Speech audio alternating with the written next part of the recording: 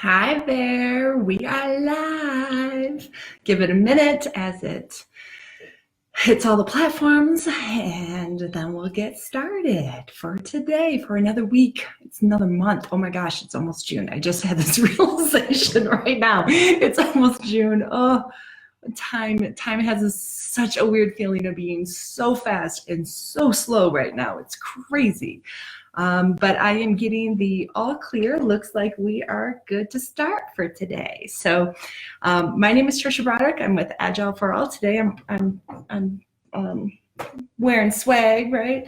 Actually getting up this morning and showering, get dressed because I got to be on live here for people. So I'm an Agile coach and trainer with Agile for All, and kind of somebody that just likes to talk.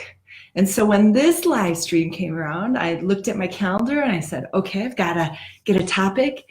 And I had nothing. And I know that I've talked about doing more with the liberating structures, but it wasn't speaking to me right in that moment. And I couldn't come up with a topic. Now, for most people, not an issue. For me to not have something to say, freaked out. like what is going on? What is happening? How am I not having some sort of soapbox or something to share or pay forward and talk about? And so I freaked out a little. And I reached out to the colleagues at Agile for All, my partners, and was like looking for advice. What do you have? And especially because I felt a little guilty, because here's Peter Green doing things daily, and I can't think of something in 2 weeks. Like I felt like so pathetic, right? So given the things that they said, and then I also happened to notice Peter Saddington updated a LinkedIn post, and I'm going to read it for a second. The jobs that will take your life and career the farthest are the ones with imperfect and nebulous definitions. The jobs that are well-defined also have well-defined ceilings. Now, he meant something very specific for that post, but between the feedback that I got from others at Agile for All, seeing Peter's post, it did inspire something, and it made me kind of have one of those well done moments, and understanding why I couldn't think of something to share or to say, or I didn't feel like anything was that important to share. And so that's how I came up with the topic today, which is all about the importance of being challenged, and how you're being challenged and when you're being challenged, but not the good part of it, but the when it's lacking, when you don't have it, what can happen, and what you could experience in an organization, in a team, just personally for yourself. I've been really lucky that in some ways I didn't even actively think about it, because I've been lucky to have multiple people throughout my entire career always challenging me. I know when I have someone in that camp, because they can give you a piece of feedback, or they say a statement to you, which in most cases should probably be insulting. Like I had one person like literally kind of push a paper back towards me and go, no, you're better than that. If someone else had done that to me, I'd be like, what? Are you kidding? Get out of my face. Him, I was like, oh, yeah, you're right. I completely agreed. I completely knew he was right. And in some ways, he became more important to me, right? Like, I didn't feel he was judging me. I felt he was challenging me. I felt he saw more potential in me, knew I had more potential, and that I was, taking the easy way out. And so, because I've always had a number of those people in my life, I don't actively seek it out.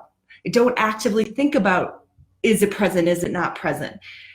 Well, being in this pandemic, not being around people, not being around as much, being a little bit more focused on how I'm helping to share out, how I'm paying forward, also just kind of in survival mode, honestly. Like, how do we get a few of our classes to virtual? What do my clients need right now? How am I going to deliver those clients? Like, I'm not necessarily creating new things or what was originally on my backlog to be working on this summer, in a few cases, but for the most part, I'm almost like treading water.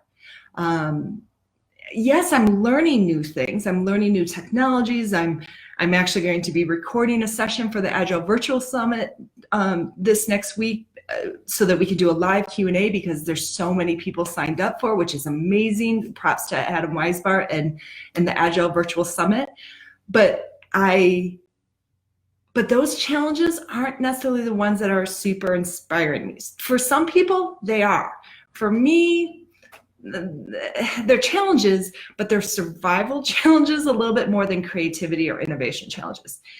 And for today, I want to kind of really highlight what can happen when you're not experiencing that challenging, when you're not in a place where you feel supported, with people kind of pushing you to the next level. And let me be clear, I feel very supported and that kind of stuff. But again, specific to the challenges, I also don't necessarily have the opportunities right now. So here's some of the things that can happen. One, you can really start feeling like you're just going through the motions. I said earlier in the call, time is this weird construct right now. It's super fast and super slow. I haven't even gotten gas since March. Like it's almost like a warp of things that are going on. And yet every day I'm getting up, I'm working out, I get on the computer, I do some things, I have dinner with my family, right? Like it's the same over and over and over again. And that can be comforting, but it can also be really repetitive, which your brain will actually kind of start to go in autopilot mode. The more something is rhythmic, the more things are the same, because it's exhausting to be up in your prefrontal cortex all the time. And so when you start kind of having that, I'm just going through the motions, your inspiration goes down a little bit, your energy can go down, your engagement can go down, your interest can go down, because it's the same-o each week. The interesting thing was when I started thinking about this, I'm like, well, what else happens? What else is happening to me, to others potentially, when we're not being challenged? And we start the second thing, or not necessarily in order, but another thing is we disconnect from our bigger purpose or goals that we have. When I'm in this survival kind of making sure everybody's okay, making sure I'm okay, what do we need to do? What do we need to do for the next class? I'm not really thinking about the longer term goal or purpose that I'm trying to achieve, what I'm trying to look for with those.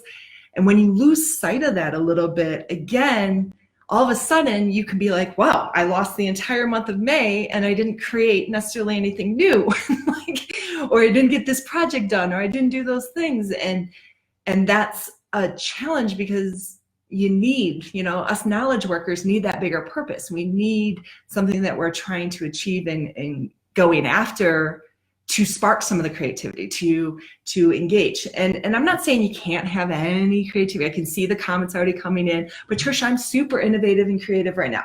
Great. For me, I actually really play off of somebody else when they're challenging me and those. And so in the absence of it, I can get to, I like my check marks. I mean, I really like check marks. I make lists of lists just so I can have a check mark.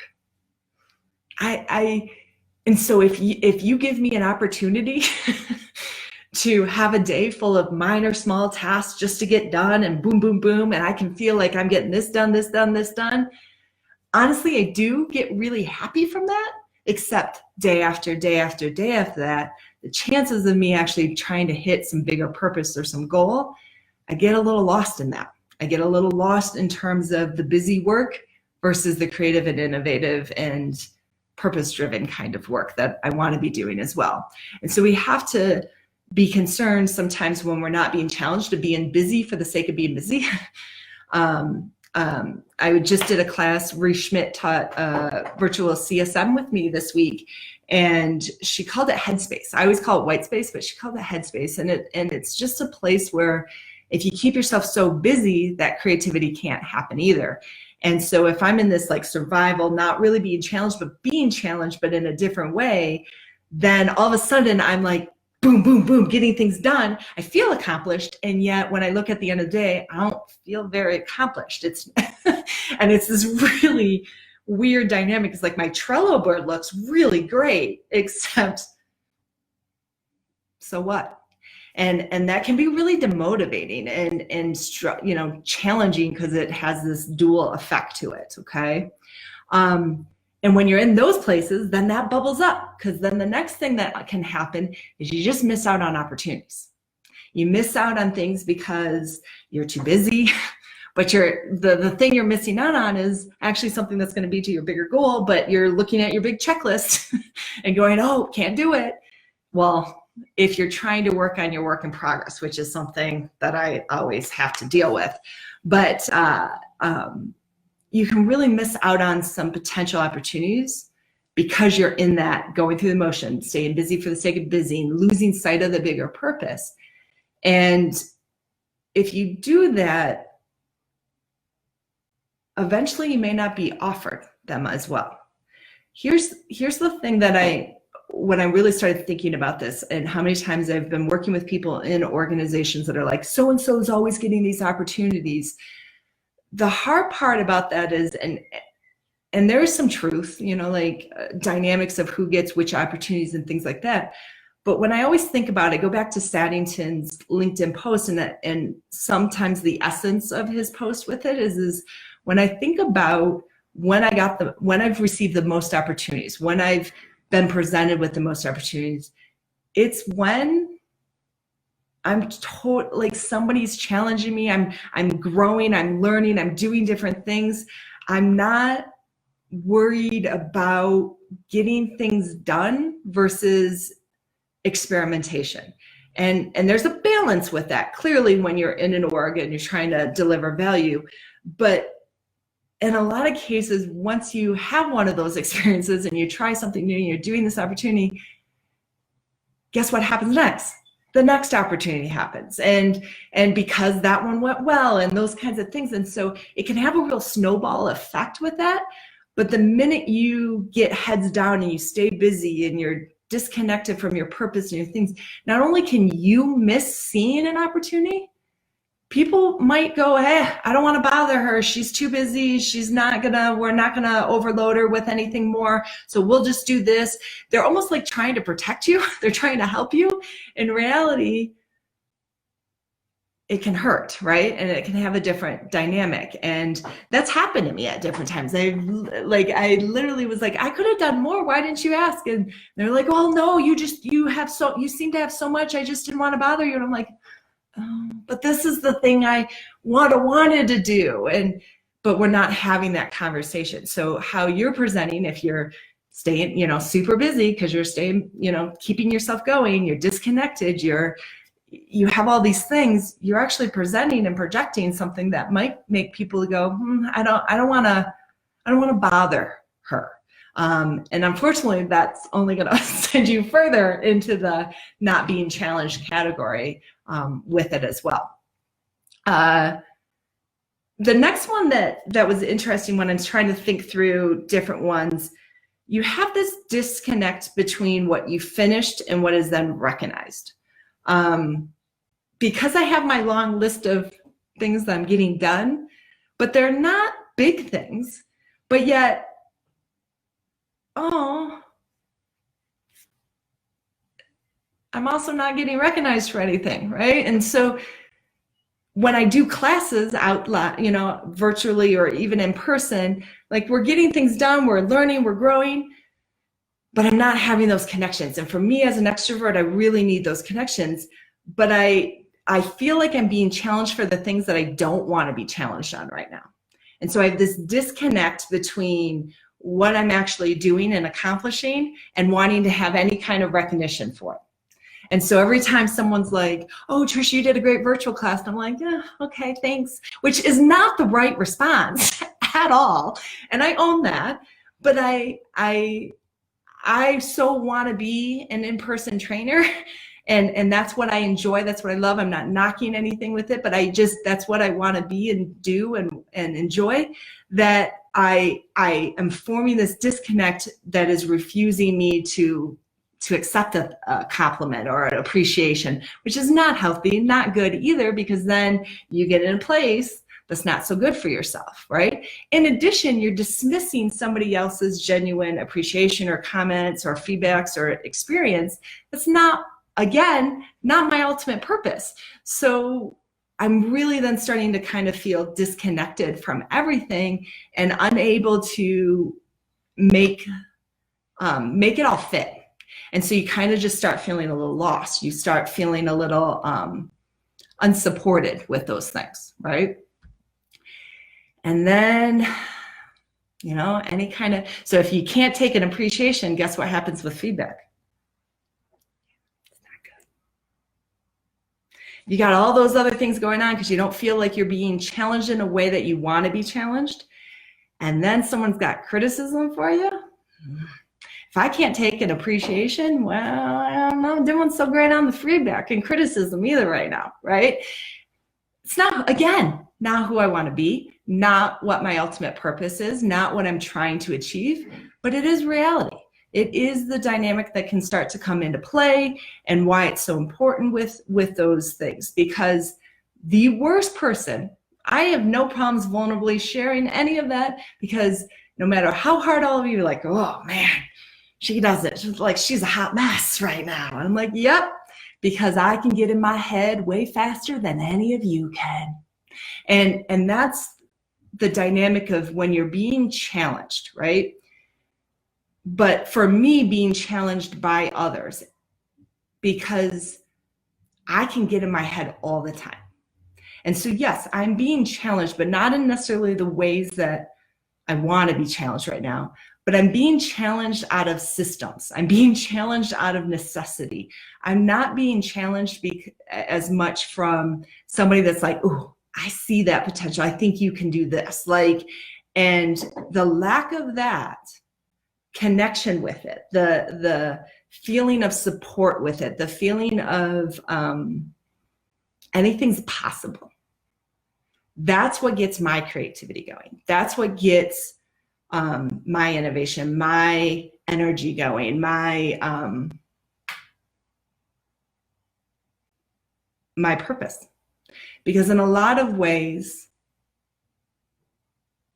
helping to understand how that impacts me is how I hopefully help impact others, and what I do for others as a leader. And so, you know, I think so often we get into these habits where we assume all challenges are created equal. And as long as you're being challenged, you're gonna grow and learn. And there's truth to that. I'm clearly learning and growing in this environment. But it was a real well-duh moment for me this week when I was thinking about this topic and I was diving into it, is yes, all challenges help create growth and learning. Not all challenges inspire.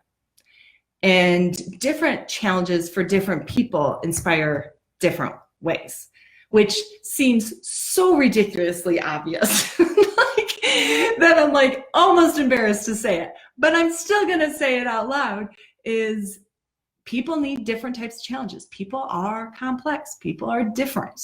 And I think I doubled down on the existing challenges and kept myself busy instead of remembering to go after the challenges that kind of align with what I'm trying to achieve overall, that inspire me, that give me that energy. And so if you're out there and you're finding yourself feeling a little guilty or frustrated and things like that, find that at least include some of the challenges that do that for you, that bring you that inspiration, that creativity, that energy, in addition to the challenges that we all have to face in different ways. For some, these new challenges of just working virtually is super innovative, super engaging, super powerful. If it's not for you, find and incorporate those in as well. And I think that for me, as trying to always grow and being a leader, is realizing in organizations what I sometimes considered an opportunity for anyone. Different people, different strokes. What are those opportunities and what are those challenges for that individual that helps create that right space for them? And so this was a good week of learning for me in terms of coming from I have nothing to say to going on a soapbox of personal reflection in terms of how this rhythmic going through the motion experience, although challenging, hasn't been inspiring for me, and what I can do going forward with it. So it's only fair if I give you all the bad stuff with it, and just highlight what can happen if you have that lack of being challenged, to what you can do. So what am I going to try and do?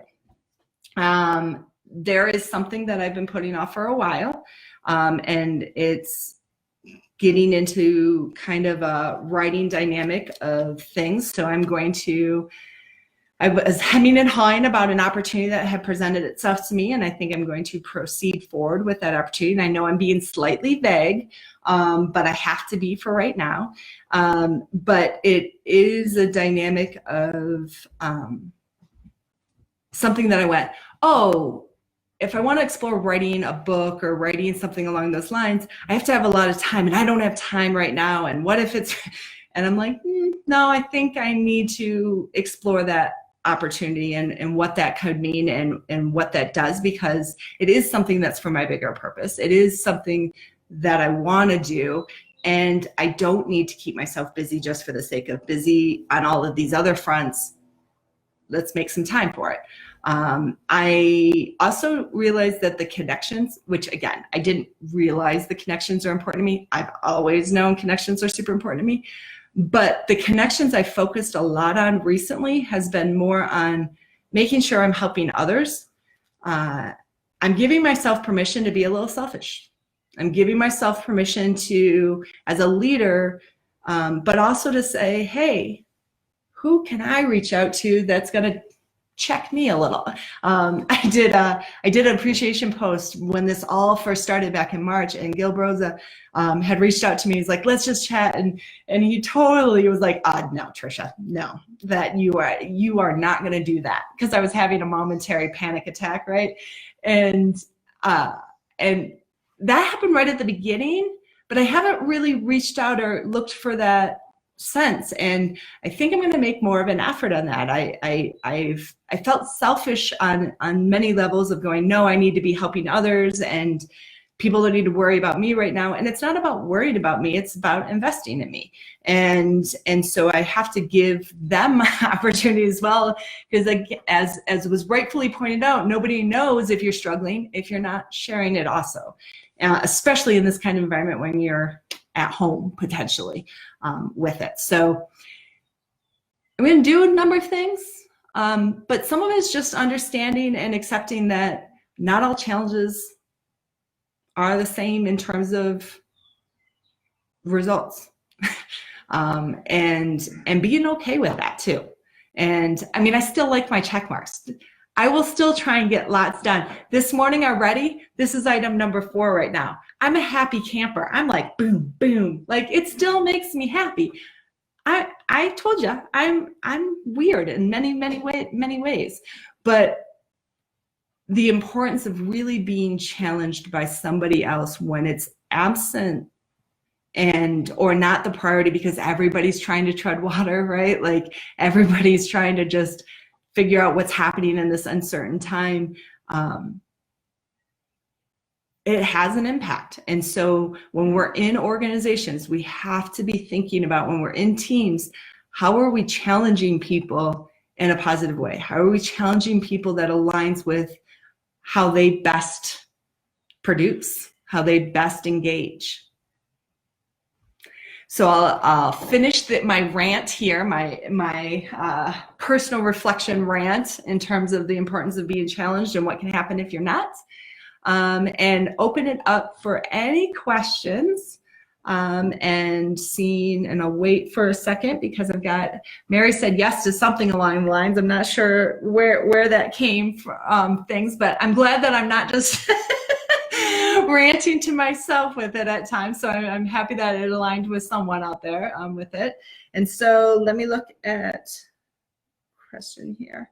Okay, that's an interesting question. How do you find somebody that can personally challenge you? This is a tricky dynamic. Often the people that have been the best people to kind of challenge me have naturally just kind of occurred over time. It's not something that I walked up and said, will you be my mentor? Or will you challenge me?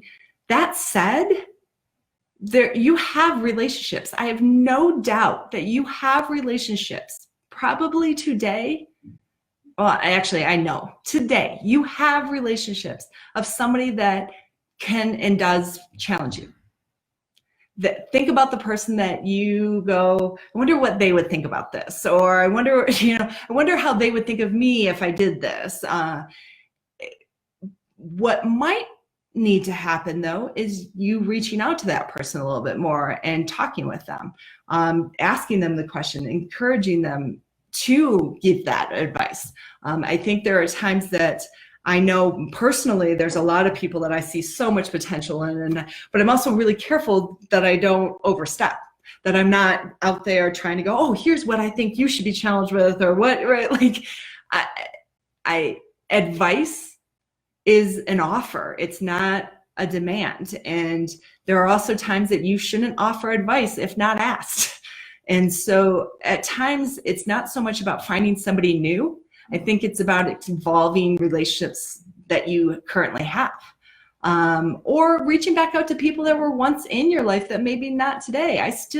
There's old managers, old mentors of mine that I'm like, oh, this one I'm going back to him for. I need his thoughts. And it might seem strange to reach out to that person that you haven't talked to in like a couple years. Honestly, never once has somebody that reached out to me after not hearing from them for a while, have I ever went, oh, never once. I'm always super like, oh, look, I wonder how he's doing. What's going on? How can I help? And so take that initiative a little bit.